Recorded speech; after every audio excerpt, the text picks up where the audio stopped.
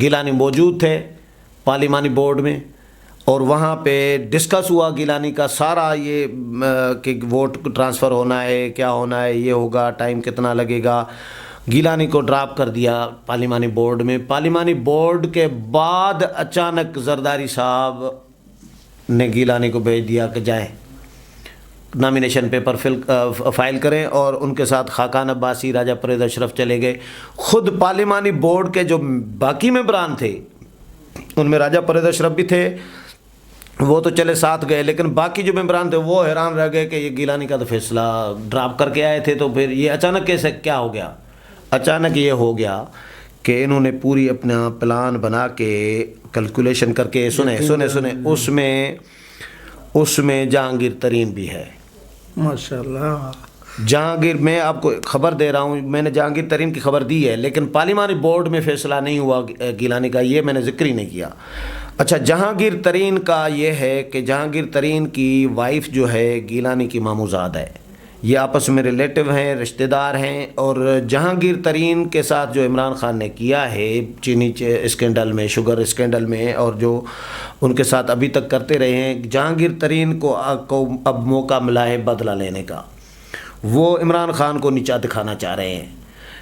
جہانگیر ترین چاہے یہ کہہ رہے ہیں کہ میں اس میں ہوں ہی نہیں بھائی، میں لا تعلق ہوں، کوئی بالکل غیر جانبدار ہوں، لیکن ایشو یہ ہے کہ خان صاحب کی جو پریشانی ہے ابھی کی، کہیں بھی گیلانی کی طرح چیلنج نہیں کیا کاغذات نامزدگی کو پی ٹی آئی نے جتنا گیلانی پہ فوکس ہے۔ 10 کاغذات نامزدگی اسلام آباد میں تھے، 8 منظور ہو گئے، 1 آزاد تھا وہ ریجیکٹ ہو گیا، 9 کا فیصلہ ہو گیا۔ گیلانی کا فیصلہ صبح 9 بجے تک رکھا ہے۔ میں یہی پوچھ رہا ہوں آپ سے، ایک تو یہ جہانگیر ترین والی آپ نے بات کہی، یہ بالکل فیکٹر ہے، پیر پاگارو والا فیکٹر ہے، 2 ووٹ ان کے بھی ہیں، 3 ہیں برحال۔ آپ نے انٹرو میں کہا چائے کے کپ پہ، یہ تو کعبے کا کپ ہے۔ اچھا، تو اچھا، سرائے کی بیلٹ کے آپ کو پتہ ہے نا، یہ ساہیوال سے ارلی طرف سے ہو کر یہ 24 ممبران ہیں حکومت میں، 20 24 ہیں ٹوٹل جو ہیں، وہ میں نے کیلکولیشن کی تھی 37 ہیں، اس میں 13 اپوزیشن کے، 24 جو ہیں وہ، لیکن 20-22 ناراض ہیں ان میں۔ اچھا 20-22 ناراض ہے نا، گیلانی جیت رہا ہے 12 ووٹوں سے، ان کو چاہیے 12 ووٹ۔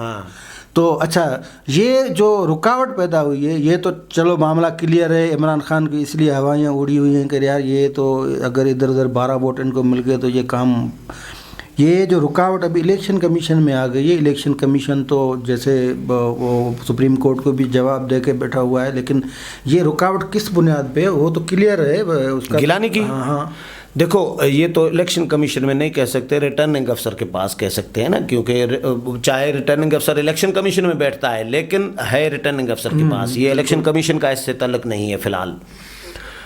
تو یہ ریٹرننگ افسر کے پاس ظاہر ہے درخواست گئی ہے، لیکن آج میں نے کردار جو گیلانی کا آج مجھے نظر آیا، گیلانی نے پہلے دن جب کاغذات نامزدگی جمع کرائے، میڈیا ٹاک کی، تو اس میں اس نے کہا تھا کہ الیکشن جو ہیں پیسوں کے بلبوتے پہ نہیں جیتے جاتے، الیکشن جو ہیں وہ تعلقات کی بنیاد پر جیتے جاتے ہیں۔ تو آج گیلانی نے وہی کردار اپنا ثابت کیا۔ گیلانی نے اور ان کے وکیل نے کہا ریٹرننگ افسر کو کہ ہمارے مد مقابل جو امیدوار ہے کینڈیڈیٹ، وہ بھی امریکن شہری ہے، حفیظ شیخ، ہم اس کے چیلنج کر سکتے ہیں، چیلنج کر سکتے تھے، لیکن ہم نے نہیں کیا۔ تو ہم نے سیاست کرنی ہے، ہم نے الیکشن کے میدان میں لڑائی کرنی ہے، ہم نے یہ چیلنج کرنا اور اعتراضات کرنا یہ ہمارا کام ہی نہیں ہے، ہم یہ نہیں کریں گے۔ تو ہم کرنا چاہتے تو وکیل نے کہا کہ مجھے گیلانی صاحب نے منع کیا تھا کہ حفیظ شیخ چاہے امریکن شہری ہو، لیکن ان کے کاغذات نامزدگی ہم اس بنیاد پر چیلنج نہیں کریں گے، ہم الیکشن لڑ کے مقابلہ کرنا چاہیں گے۔ تو میں اس پہ انتظار میں ہوں کہ ابراہیم صاحب، جو پینڈنگ میں آج محفوظ کیا گیا ہے فیصلہ گیلانی کا، اب الیکشن ریٹرننگ افسر فیصلہ کریں گے، لیکن ریٹرننگ افسر بیٹھتا ہے الیکشن کمیشن میں ہے، اگر ریٹرننگ افسر نے مسترد کر دیے کاغذات تو بات کھیل ختم بس گیلانی کا، لیکن اگر بحال ہو جاتے ہیں نا تو پھر آپ 99.9% جو ہے نا مجھے گیلانی جیتا ہوا نظر آ رہا ہے۔ لیگل جو ماہر ہیں، قانونی ماہر، وہ کہتے ہیں کہ جو 5 سال کی مدت تھی نا تو ان عدالت میں نااہلی کی، وہ تو 2017 میں اس کی، دیکھو 18 میں وہ الیکشن لڑے ہیں، بھائی 18 میں الیکشن کیسے لڑے, کاغذات ان کے منظور کیسے ہوئے؟ اگر اس پھر مبارک ہو, پھر آپ جیت گئے تو ہاں, پھر آج وہ وکیل نے کہا ہے کہ بھائی 18 میں 17 میں لیگل فارمیلٹی کے لیے محفوظ ہوا ہے فیصلہ, یہ ہوتا ہے. ہاں تو انشاءاللہ تعالی یہ نہیں تو وہی نا, دیکھو یہ وہ لاجک ہے لڑے بھائی, اگر 18 میں الیکشن لڑ چکے ہیں تو اب کیوں نہیں لڑ سکتے؟ یہ تو بات ختم ہو گئی نا, فیصلہ تو پھر سامنے پڑا ہے.